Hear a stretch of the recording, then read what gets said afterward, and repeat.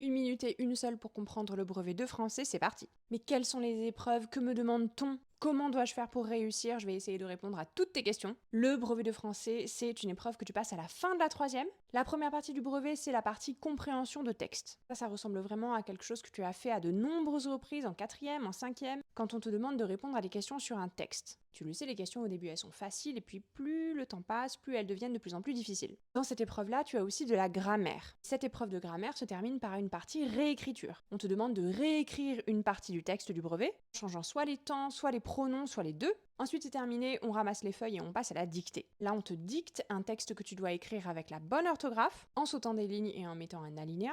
Et enfin, c'est le moment de la rédaction. Là, tu as le choix entre deux sujets de rédaction, soit le sujet d'argumentation, soit le sujet d'imagination. Sujet d'imagination, on te demande d'imaginer un texte, la suite du texte par exemple, écrire une lettre à un des personnages, écrire une scène de théâtre à partir du texte du brevet. Et pour le sujet d'argumentation, on te demande de développer une question avec une introduction et des paragraphes. Chaque paragraphe correspond une idée centrale, et à la fin tu mets une conclusion. N'hésitez pas à me dire tout ce que vous en pensez dans les commentaires, et à très bientôt pour plus de contenu.